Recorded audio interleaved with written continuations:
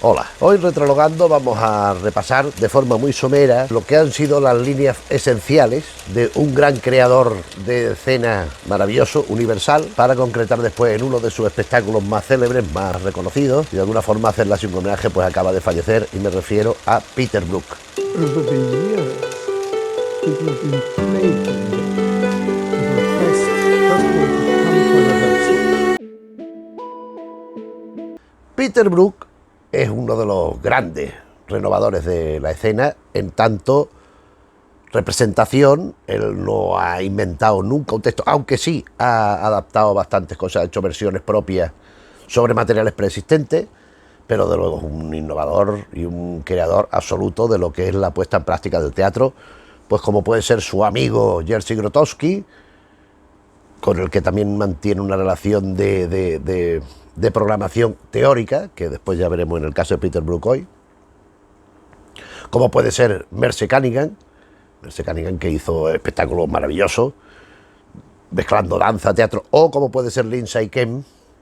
Es que esta gente que estoy mencionando, Peter Brook, yo solo he visto un espectáculo, de Grotowski he visto otro, pero Merce Cunningham y Lindsay Kemp sí frecuentaban los circuitos españoles, sobre todo de los festivales. Yo de Lindsay Kemp no me olvidaré nunca de la versión que idealiza en El País de la Maravilla, o de Cenicienta, con la hija de Nuria Esper, con Nuria Moreno, bailando volando, con los zapatos aquellos que tenía bailando en el aire, cuando venía la hada madrina. Son espectáculos muy innovadores y son espectáculos que tienen como una cosa, que son para todo el mundo. No necesita conocerse el idioma en que se está haciendo, en que se están expresando los intérpretes, en parte porque mucha de la tradición que se está poniendo en escena la conocemos, y sobre todo por la forma de interpretar, de representar, con todos los elementos que conforman el espectáculo. Sobre Peter Brook, decir: Peter Stephen Paul Brook nació en Londres el 21 de marzo de 1925 y ha fallecido el 2 de julio de 2022 en París, donde se fue a vivir en 1970. Él nació en Chiswick, en Londres, en un barrio de Londres. Era hijo de judíos rusos que tuvieron que emigrar a Gran Bretaña, donde se establecieron con un negocio farmacéutico que le fue muy bien. Pero era, por decir, sus ancestros pertenecían a lo que podríamos decir un judío lituano, ¿verdad? Procedían de Lituania, la saga familiar, y de creencia de formación hebrea, judía. Estudió en primaria en prestigiosos colegios St. George, después Westminster School, en la escuela Gresham, hasta que pasa a la Universidad de Oxford. Allí ya desde muy temprana edad ya vio el que el teatro la traía, pero aquí es donde ya definitivamente se vincula con el teatro, que es lo que le ha hecho trascender. Y también apunté aquí, estuvo casado con la actriz Natasha Parry, con quien tuvo 2 hijos, el director Simon Brook y la actriz Irina Brook. En cuanto a trayectoria de por dónde va pasando por uno por otro, entre 1947 y 1950 dirigió la Royal Opera House. A mí esto me parece muy importante, este pequeño, no sé cómo decirlo, este pequeño viajecito que vamos a mencionar, porque es lo que sienta las bases de lo que será su trabajo ya de madurez, y último, que es lo que lo ha encumbrado a los puestos donde ha llegado, ¿no? La ópera es un elemento esencial. Y él dirige la Royal Opera House. En los 50 trabaja en mucha producción en Europa y en Estados Unidos. Y en 1962 regresa a la recién creada Royal Shakespeare Company. Es que parece que la Royal Shakespeare Company llevara toda la vida y se creó en los años 60. Y él ahí pues fue donde empezó a investigar con mayor profundidad, ya lo conocía, pero con mayor profundidad, todo el trabajo de Shakespeare. Algo que será también definitorio de toda su trayectoria, ¿no? Porque entre sus grandes espectáculos pues hay mucho Shakespeare, por supuesto, como no puede ser de otra manera.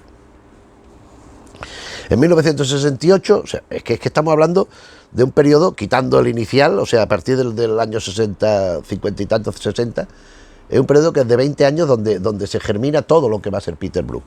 Porque en el 68 va con Jean-Louis Barrault a un curso sobre interpretación y conoce y tiene trato directo con actores de distintas culturas, de distintas procedencias, y esto le fascina, porque ve todos los puntos en común que dentro de su independencia, de su individualidad, pero ve esos puntos en común que le hacen cómplices, que le hacen manejar una misma realidad, que es lo que en definitiva él planteará en sus espectáculos, en lo posterior que...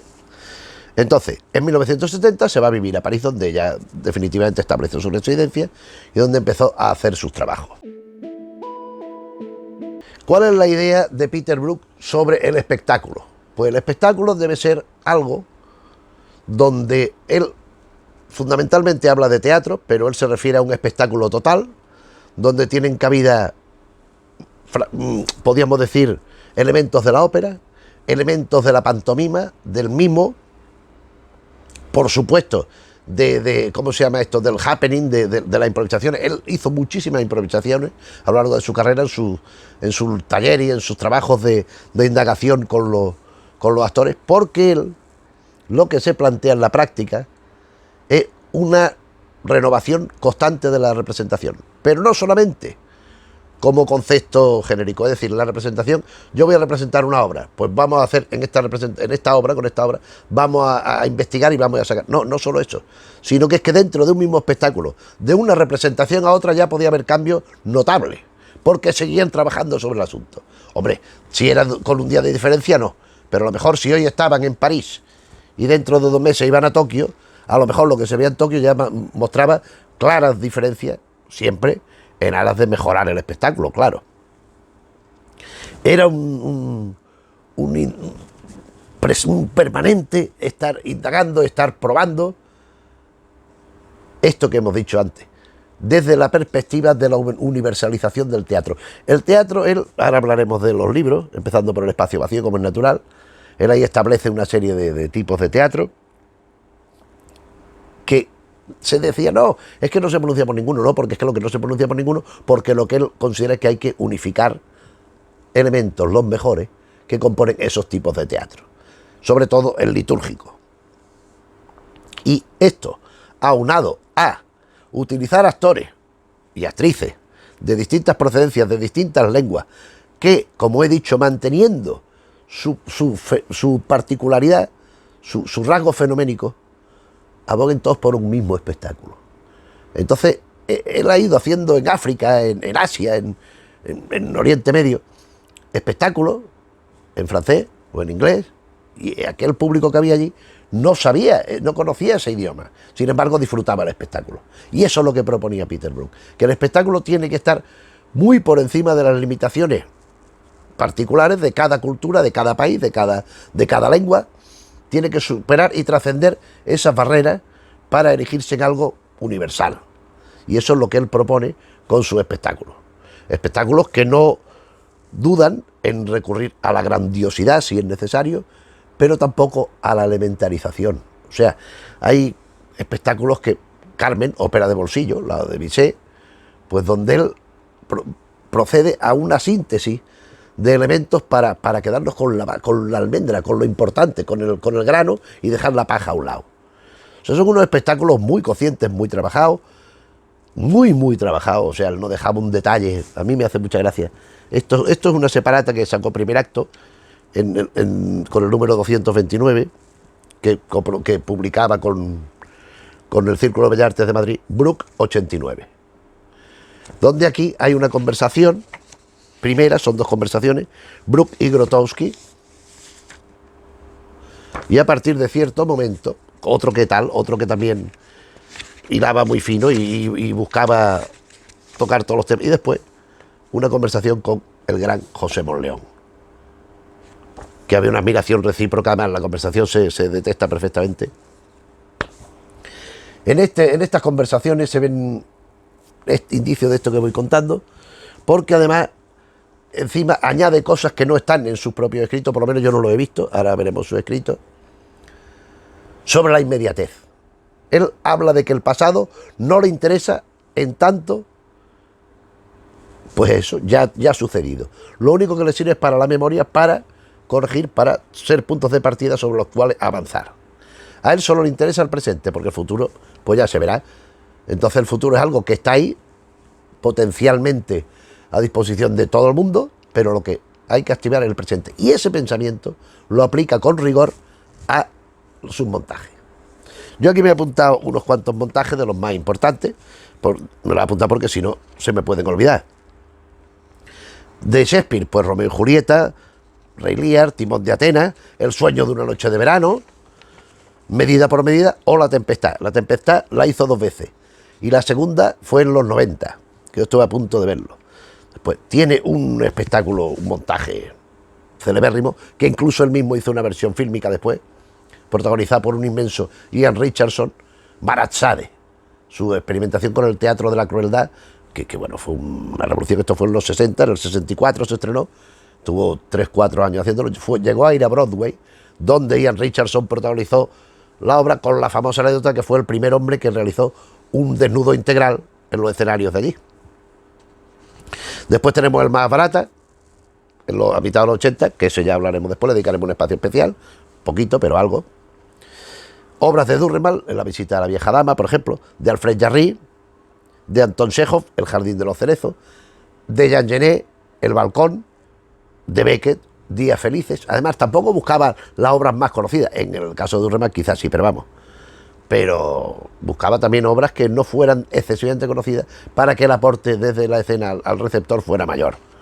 Después aquí he apuntado unas creaciones a partir de unas ideas de un neurólogo, Oliver Sacks, así como también unas piezas, a ver, que estaban muy esencializadas, pero que partían de tradiciones africanas, de historias de tradición oral africana, pues gente que no sabe escribir, de aldeas que existen todavía y que se iban transmitiendo pues boca a oreja, ¿no?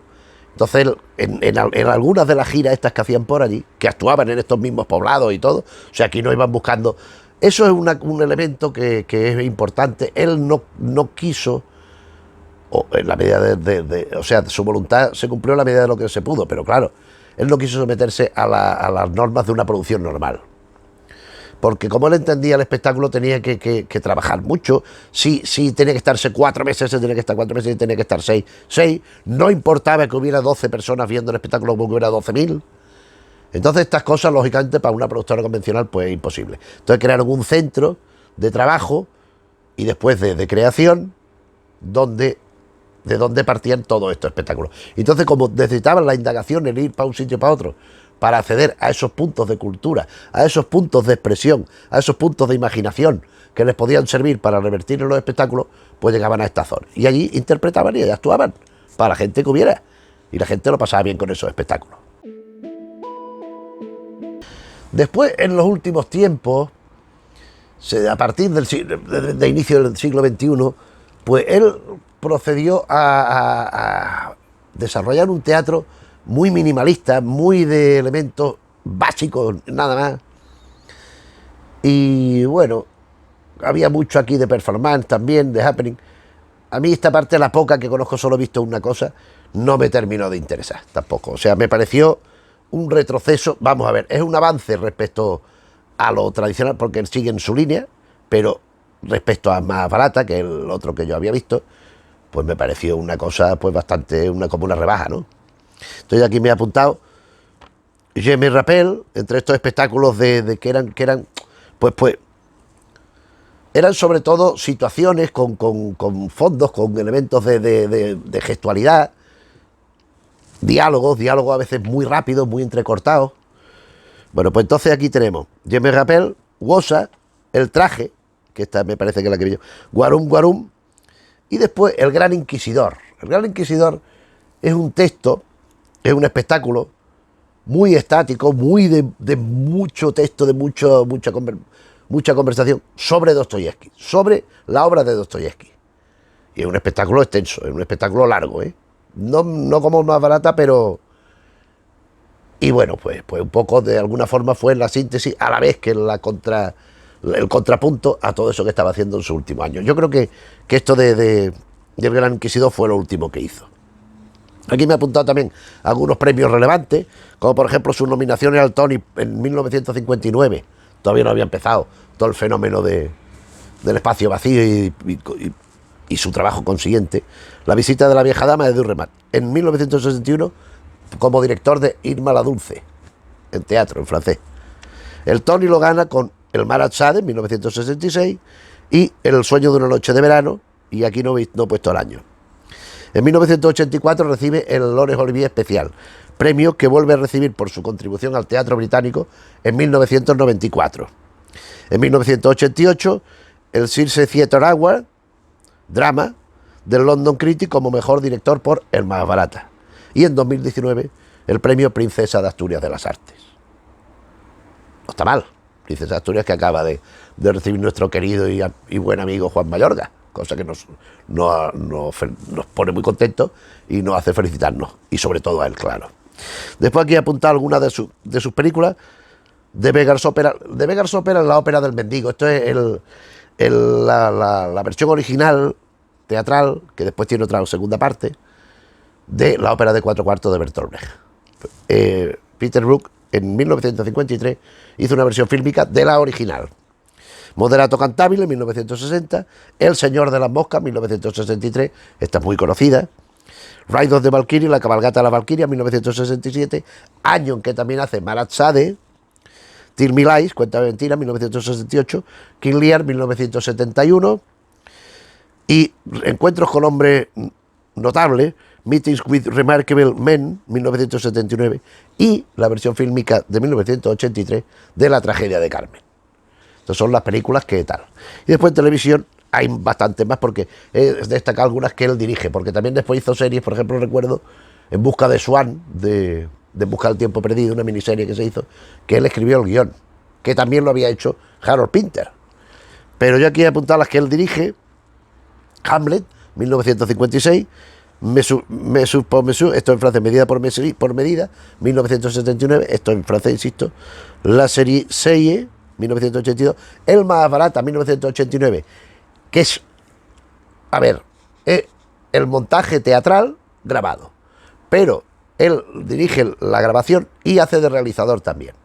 O sea, él supervisó mucho la versión televisiva del espectáculo del más barata, que El exilio de los bosques, El juego de los dados, La guerra, y La tragedia de Hamlet 2002, con lo cual enlaza con el montaje del 56, la misma obra, pero de distinta manera. Vamos a ir sin más dilación a ver el corpus de su obra teórica, empezando, como no puede ser de otra manera, por El espacio vacío, arte y técnica del teatro. Este es un libro esencial, fundamental, inevitable e imprescindible para entender el teatro y conocer el teatro del presente. Este libro es de una modernidad absoluta, es de una actualidad rabiosa, a pesar de que esta edición, creo que es la primera edición Península, 1973. El original quiero recordar que es del 69, pero vamos a verlo. Si consigo este libro, es que lo tengo muy trillado. Este libro lo he leído unas cuantas veces. 1968. Y en el 69 se hace la traducción y la edición en 62, esto, vale. Pero que no sé por qué pone 1969-1973, porque esta no es segunda edición, esta es primera. Bien, en esta obra teórica es donde él explica con cierto detalle las bases sobre las que va a construir su práctica escénica. Él hace tres divisiones del teatro convencional, tradicional: teatro mortal, que es el teatro más anquilosado en lo precedente, es un teatro destinado a desaparecer, a morir, ante el que se puede actuar de dos maneras: asistiendo a su sepelio o intentando renovarlo para que, si no todo, ciertos elementos renazcan y resuciten.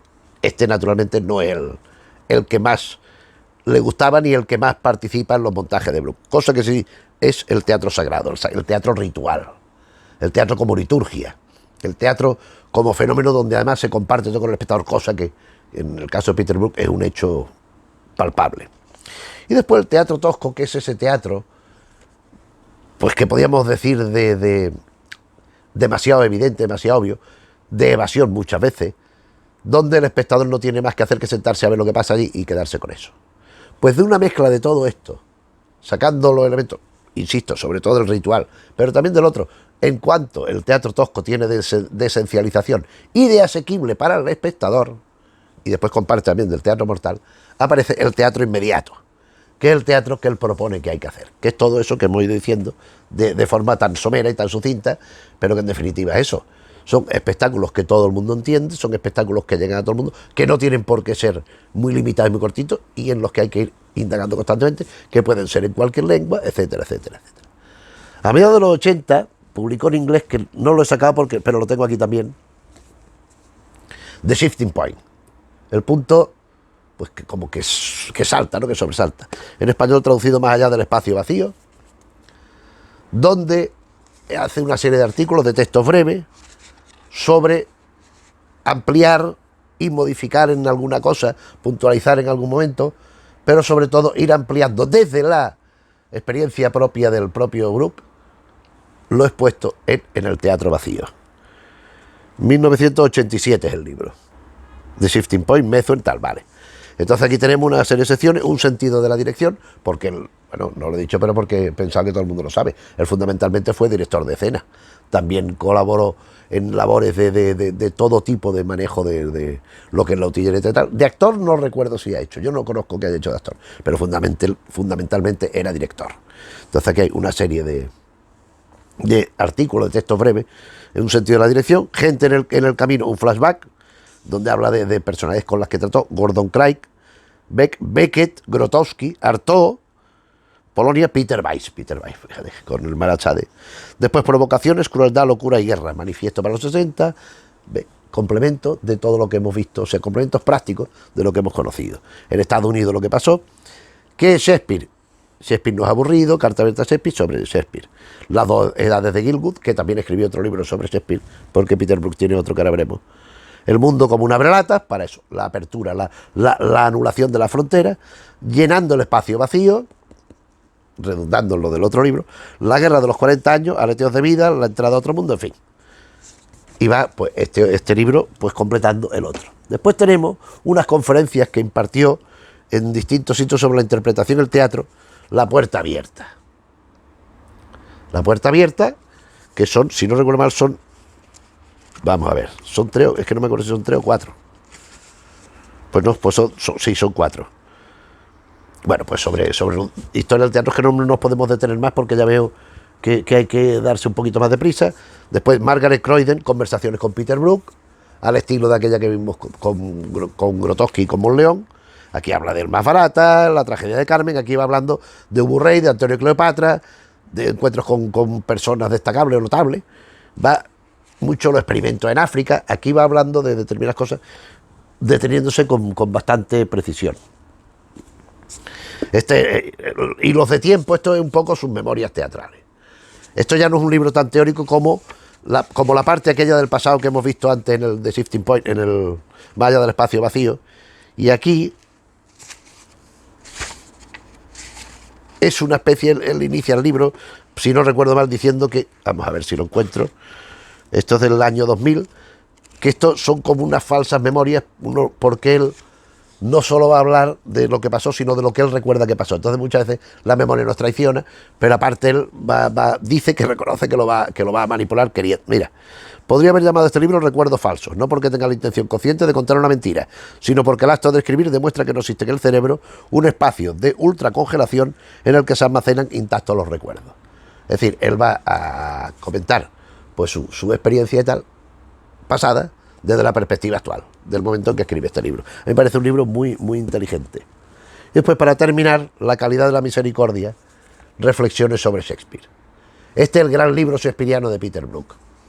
Aquí, pues vemos toda una serie de pobre Yorico, si Shakespeare surgió de la nada, yo estuve allí como Mercurio, se hartó de reír, horneados cocinando Tito Andrónico, Rey Lear, soñando el sueño de una noche de verano, sobre Próspero, La tempestad. Entonces va haciendo pues comentarios sobre los distintos, basado siempre en su experiencia, sobre las distintas obras de Shakespeare. Y para concluir este vídeo, que ya está quedando demasiado largo, vamos a hablar algo del espectáculo fundamental que yo tuve la suerte de ver de él, que es el Mahabharata. El Mahabharata es un espectáculo muy extenso, son 3 partes: la partida de dados, el exilio en los bosques y la guerra. Cada uno viene a durar unas 3 horas, 2 horas y mucho, ronda las 9 horas el espectáculo completo, que normalmente se hacía un día la primera, otro la segunda y otro la tercera, pero en algunas ocasiones se hacía de corrido.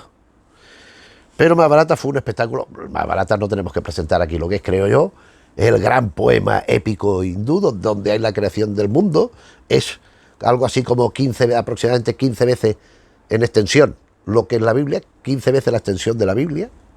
Es un texto amplio donde aparecen todas las deidades, donde hay las confrontaciones que van llevando a que el ser humano vaya de una manera distanciándose de los dioses, donde hay los poemas, los poetas también, los poetas muy importantes, los guerreros, por supuesto los dioses, los héroes, los semidioses. En fin, es una épica, una obra épica, maravillosa. Y Peter Brook decide montarlo. Vamos a ver esto qué año es. Esto es un cuaderno del público, coordinado por George Banu, en 1985, en octubre. Pues ese año fue cuando yo lo vi, en el Festival de Otoño de Madrid, aunque también se hizo en Barcelona, este cuaderno Peter Brook Más barata. Aquí pues hay una serie de entrevistas con Peter Brook, con actores de la compañía, algún fragmentillo traducido. Con Peter Brook, el Más barata cuenta una historia tan trágica, sombría y terrible como nuestra propia historia. Porque lo arcaico, lo clásico, Peter Brook siempre lo trae al presente como en condición de igualdad, vamos. Con Jean-Claude Carrière, que es el que, ahora lo veremos, el que elaboró el guión definitivo, de acuerdo siempre con Peter Brook, en fin, conversaciones con uno y con otro, cantidad de fotos del montaje, las ventajas para el espectador, artículos de opinión, y al final viene una especie de sinopsis de la historia, porque la historia realmente no es una historia contada al uso, porque aquí hay actores de muchísimas procedencias, hay orientales, hay africanos, hay centroeuropeos, hay franceses, hay ingleses, y el idioma en que manejan algunas cosas es en francés. El texto de una primera síntesis que fue de años, trabajaron durante años Peter Brook y Jean-Claude Carrière en ello. Hay esta versión novelada que publicó EDAF. Pero esta versión novelada, con todo y con estar muy bien, esto parece ser, es que esto yo no conozco muy bien esta circunstancia, porque yo esto, si existe, no lo he visto. Por lo visto, hay una versión televisiva, éxito en televisión. Pero bueno, esto es una versión en novela donde Jean-Claude Carrière, porque aquí no aparece Peter Brook para nada, aparece Jean-Claude Carrière como autor único, sintetiza las claves de todo lo que es el Más barata, ese que hemos dicho, que es 15 veces la Biblia, y lo esboza de forma narrativa. Pero, el texto que siguieron lo tenemos aquí. Este es el texto, no demasiado difundido, está en francés naturalmente, del Más barata completo. Este es el texto que se siguió en el espectáculo del Más barata. Este primer tomo, que viene con una serie de fotografías, de un desplegable, ¿verdad? Donde hay pues unas fotografías como un cuadernito del montaje, con los inevitables arqueros, con tal y cual, bueno, pues vamos viendo, tal. Y entonces aquí tenemos el primer tomo, Le Más barata, Le Partie de Des.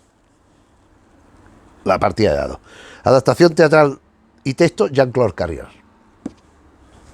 Aunque insisto, con mucho de Peter Brook. Y aquí viene dialogado pues lo que es el texto. Esto es el texto que se representó.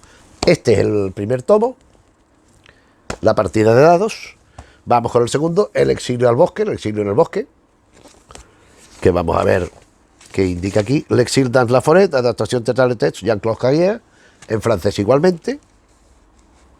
Bueno, en francés la parte de donde dicen algunas cosas, porque yo creo que aquí hay cosas que no son exactamente, pues claro, para empezar los nombres, o sea que si tú aquí lees Je le veux bien, acotación, qui chata tres subconnus comme tel signes nouveaux musiciens.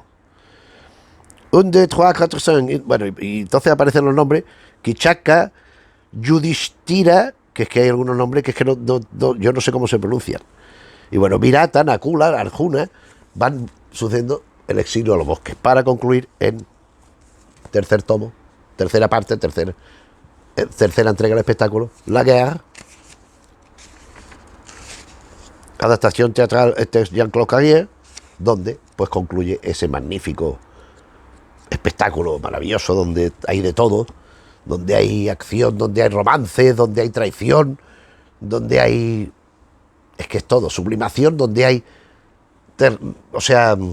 mundanalidad, terrenalidad, frente a también lo egregio, lo sublime representado por esas deidades que son las que permiten o provocan que sucedan unas cosas u otras, aunque a veces se mantengan al margen o en otras intervengan de forma directa para construir esta obra épica maravillosa, que fue un espectáculo realmente grandioso y que yo no creo que nadie que lo haya visto lo pueda haber olvidado.